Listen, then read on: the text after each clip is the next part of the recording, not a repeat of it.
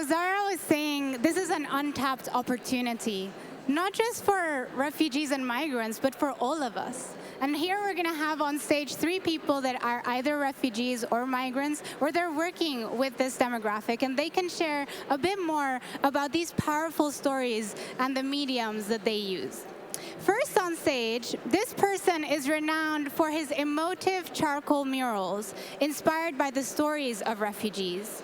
He's a visual artist, an architect, a scenographer, and a musician based right here in Paris.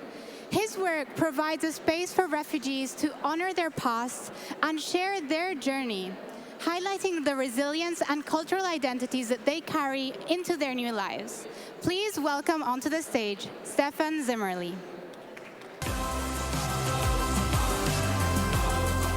Next, please go ahead. We have a founder of a digital platform that maps and celebrates refugees' cultural identities, enabling them to stay connected to their heritage into their new communities. With roots from Sicily in the highlands and a journey that has taken her to Chile and to a war zone, our very own winner from the pitch inclusion at Change Now last year, please welcome the founder of Geo Identity, Giorgia Malandrino.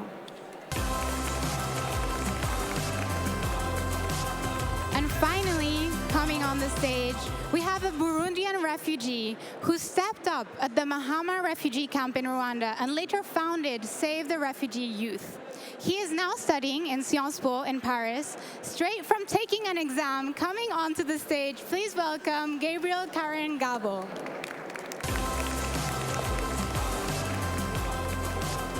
Welcome to all 3 of you. It's great to have you with us. And Gabriel, since I introduced you last, let me start with a question to you first. I want to hear a bit more about your story. And I think you can hear us through the mics. If you don't want to use that, it's fine too. You went from Burundi to Rwanda. And I want to know, how did you navigate your safety, the integration, and the challenge of staying true to your roots in this new environment? Over to you. Hello, everyone. Yeah, I'm very happy just to see you here. And also happy to be on this stage. And happy to answer to the questions being asked. Yeah, so sitting here, I'm a Burundian refugee who fled to Rwanda. And from 2015, from the 1st May, I have been forced to flee my country of Burundi, of course. And it's where I saw that my dream is changing, and it has been changed forever. The dream that I have before have changed forever. So I was a second-year biology student at National University of Burundi.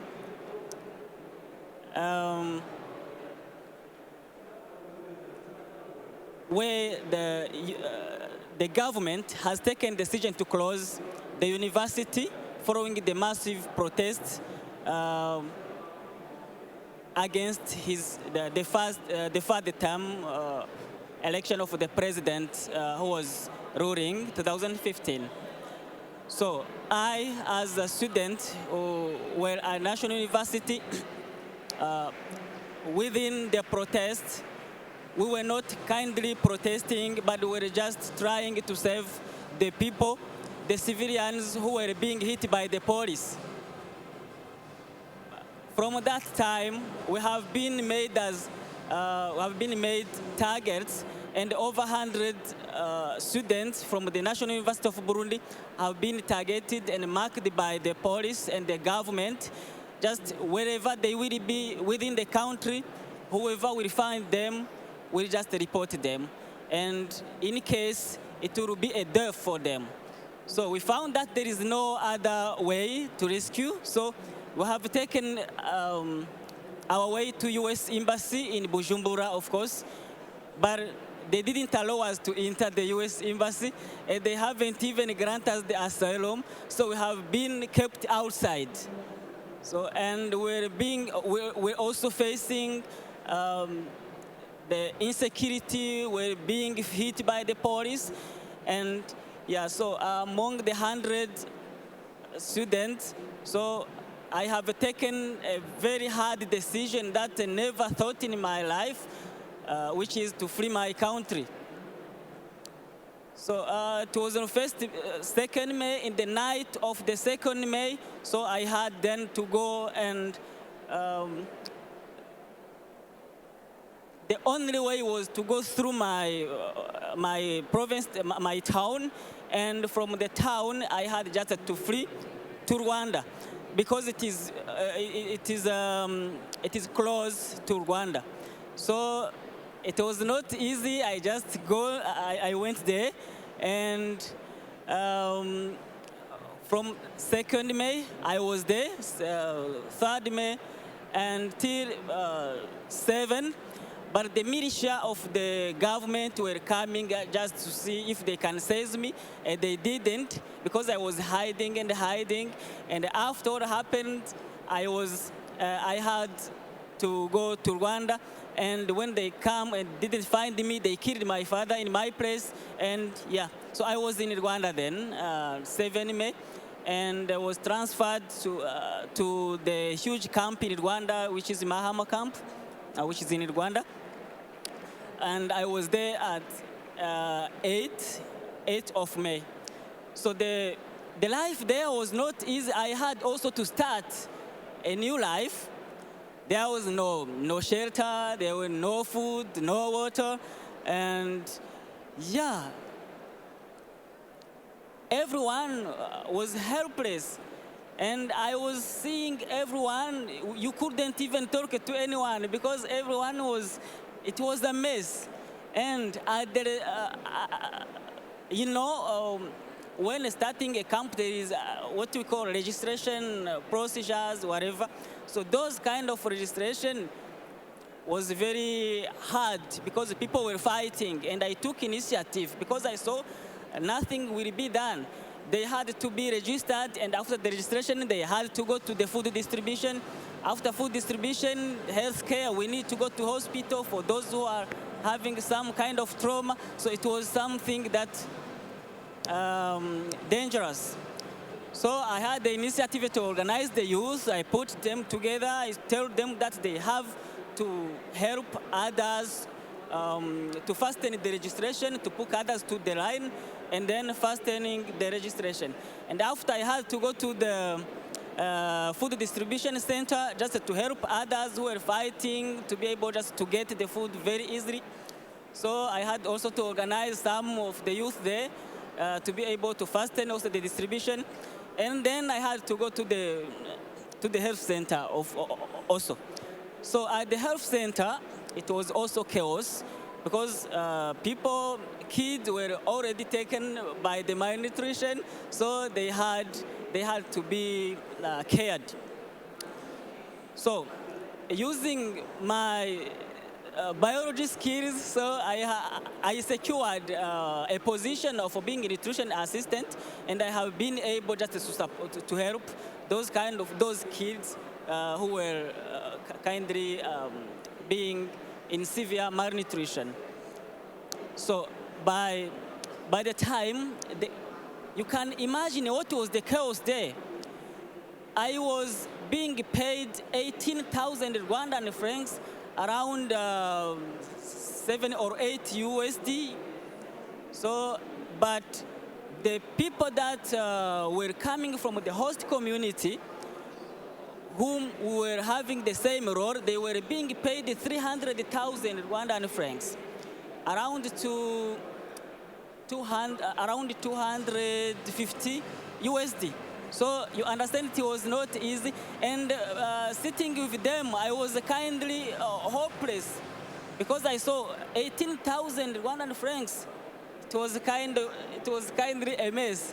So the integration was very difficult, but I had to survive because I had in my mind that I am helping my fellow refugees. So I continued to work. And I was also, I have been happy when I saw my fellow, the kids starting the schools. The school were being opened in the camp so which was good. I mean, primary school and secondary school. But after that, because there were many students who left their university studies, so I had also that kind of problem in mind. When am I going to start my university studies? It was not easy that case, but I kept very strong because I knew that time I was on that time, but another time will come and I will have to shine.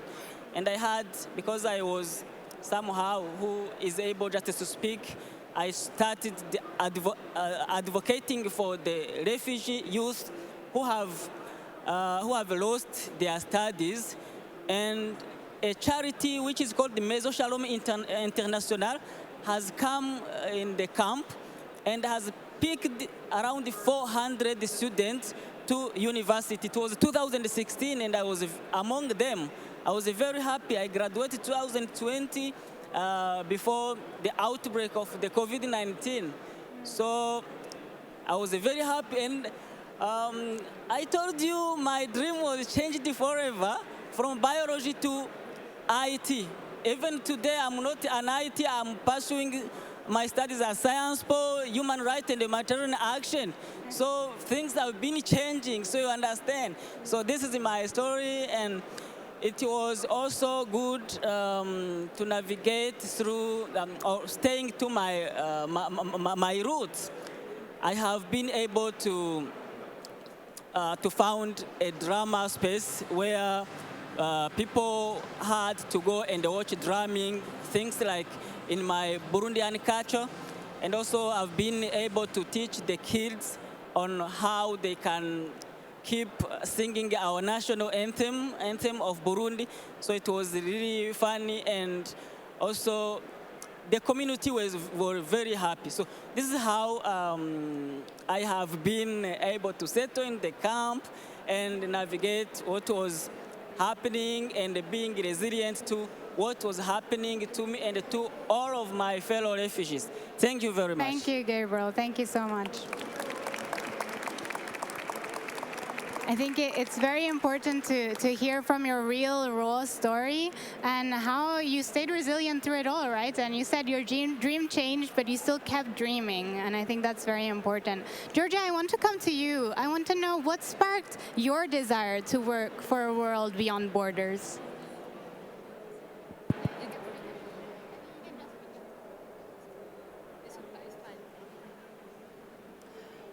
Thank you, Ines, for the question.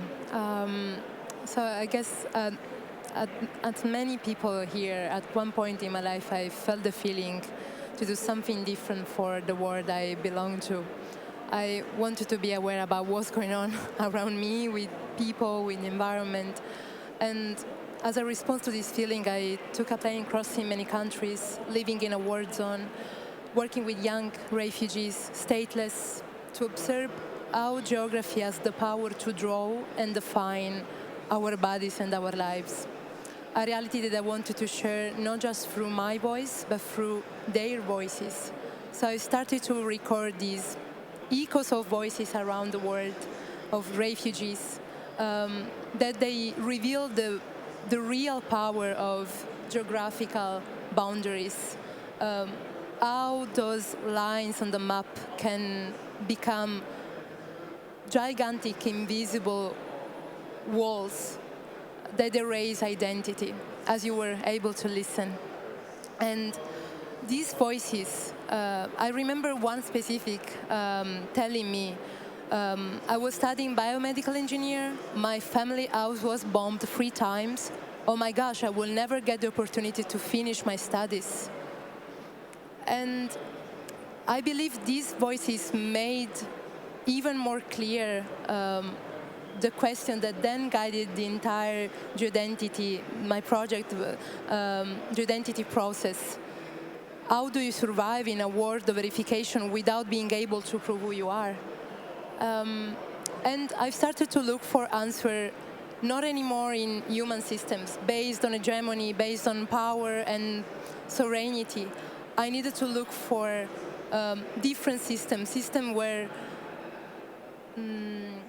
where interconnection means universality and where cooperation is law for survival. And you can only find this system in nature. So that's why then my shift into the Department of Science and the department to look for how nature works and how we can learn from nature. Thank you. Thank you, Georgia. And we'll be coming back to you on exactly what it is that you're doing with geo-identity. Sure. But Stefan, let me turn to you. You have a personal story related to exile too. Can you tell us a little bit more about how your family transported their country beyond borders when they moved?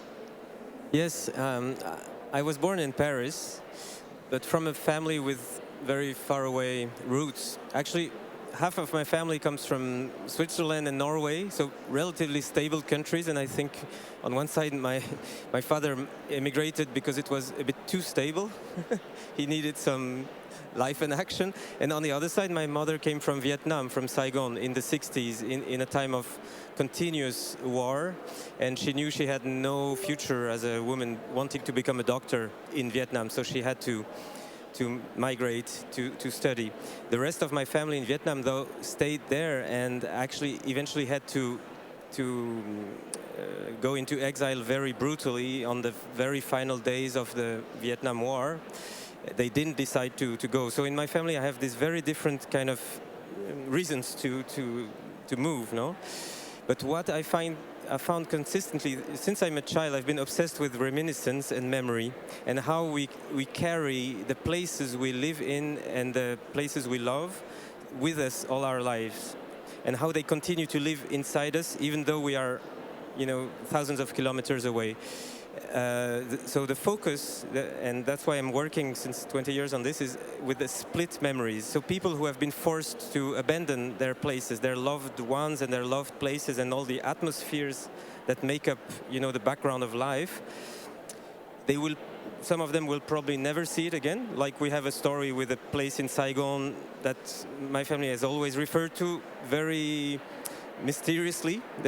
In my family, there's not a lot of talk about memory, past and everything. It's more like a blank slate, let's start over anew. But as children, as second generations, we grow up with this absence. We know something has happened, we know these places have been the theater of something, but we don't know what.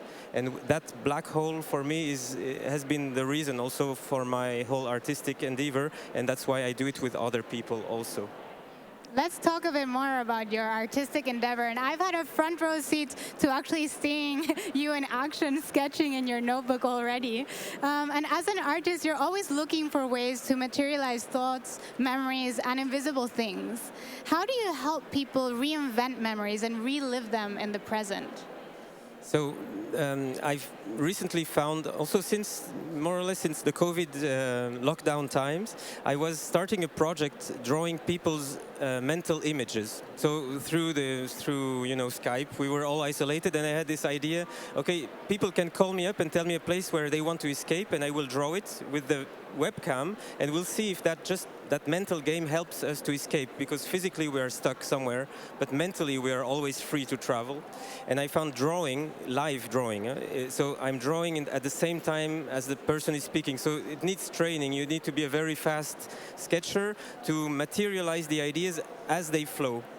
And I've done this, and I found with people who are exiled people, it was very powerful and meaningful, because they were telling me, oh, if I could escape my lockdown apartment in Montreal, I would go back to the beach of Beirut, which I left 15 years ago, and I've never seen it again. And as I drew it, they transport themselves mentally there. I think it's a kind of almost magical kind of moment happening when you draw somebody else's mind. Both of your brains become connected in a very strange way. It's almost like one brain trying to revive images. And so my focus as an artist is to bring them to the edge of what they remember, where everybody has a limit, things we wish we would remember, but it's too far away. And I prove them through drawing that they remember things that they think they have forgotten. Because by drawing, we manage to reconstitute, reinvent pieces of the past, and that's the most powerful and meaningful moment for me when I see somebody recreating their loved place from their country that they have fled and probably will never see again, but they still have it in their mind. So they have lost the physical space, but the mental place they still own, and they own to this day, and they still can walk through it mentally. Thank you so much for sharing that. And you mentioned the beach in Beirut. I used to live in Beirut, and it's a beautiful place. So for those who haven't been, I recommend it. Gabriel, let's come back to you. Beyond your own personal story, you're also working to support other personal stories and other refugees. I was recently talking to my uncle who works with refugees in the UK with an organization called Facework. And he was saying that while governments spend millions on housing, there's not that many programs who help in training or helping people to actually get to the next stage. They're just like supported to be there as opposed to do something. So I wanted to hear more about Save the Refugee Youth and how you're helping people become self-reliant. Thank you for the question. I can start by just saying today the organizations do mistake by thinking that refugees are only those people who need aid, and they don't think that refugees can also do whatever for the self-reliance. And they are falling into trap because when, for example, the fund stops, like, you know, the aid, for example, the USAID aid was cut off, and the people actually, those organizations are sending their workers, the jobs are finishing, and the main activities that were being done for refugees are being stopped. So where those people who are demanding aid without doing anything, where will they go? That's the problem. That is just demanding aid for them is a sustainable, isn't sustainable solution, but it's an immediate solution. So, but we could think about sustainable solution then to be able just to empower the refugee. Actually, my organization, Save the Refugee Youth, is empowering the refugee youth, but also they could even empower the entire community of the refugees, just to either to train them, providing entrepreneurial skills, just to be able to settle and create jobs by themselves, not relying on applying for jobs that are not available, but can be able just to employ themselves and employ others, hence improve community livelihoods. So now coming to Save the Refugee Youth, being in the camp, I saw thousands of youth who were desperate. They were being attracted by traumas, substance abuse, early pregnancies and desired pregnancies, things like that. It was a problem and they were helpless. So a year, 800 students are graduated from secondary school, and only by the advocacy we made, only 100 or around 80 students are only able to go to higher education. Imagine where others go. So it's a chaos, and I was saying that it would be better if we can trace the route for those who don't even get the opportunity to go to higher education while they want it, and see whether we can help them being resilient. And I have been able just to start the Save the Refugee Youth to empower them by advocating for scholarships for them, by training them to be able to start their own business, and we pair to them with mentors, and we also pair to them with institutions that can provide finance just to be able to help them navigate to start their own businesses. So this is what we are doing. Actually, we've Saved the Refugee Youth.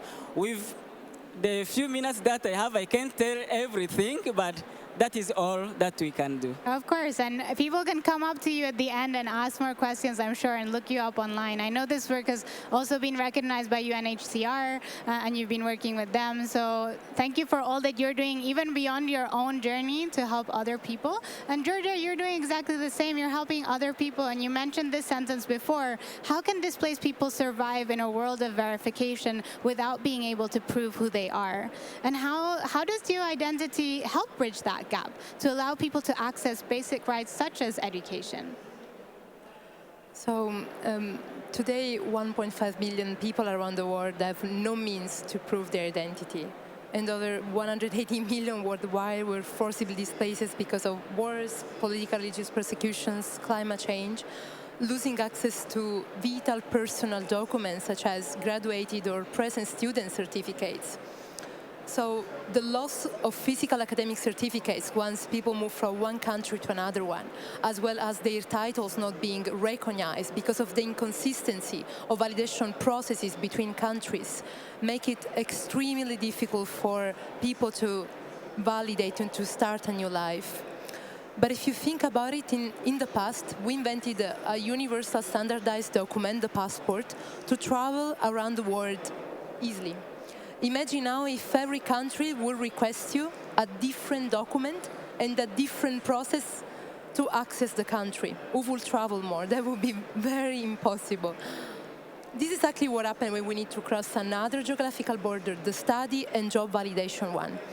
That's what Identity aims to do for education access, what the passport did for traveling, introducing a universal standardized passport system to validate your studies introducing an academic passport to protect your identity. So the new digital passport contains not only your personal data, but also your academic data as a unique part of our identity. Data are logged and validated through a blockchain platform, allowing students to provide their data to any host universities in the world.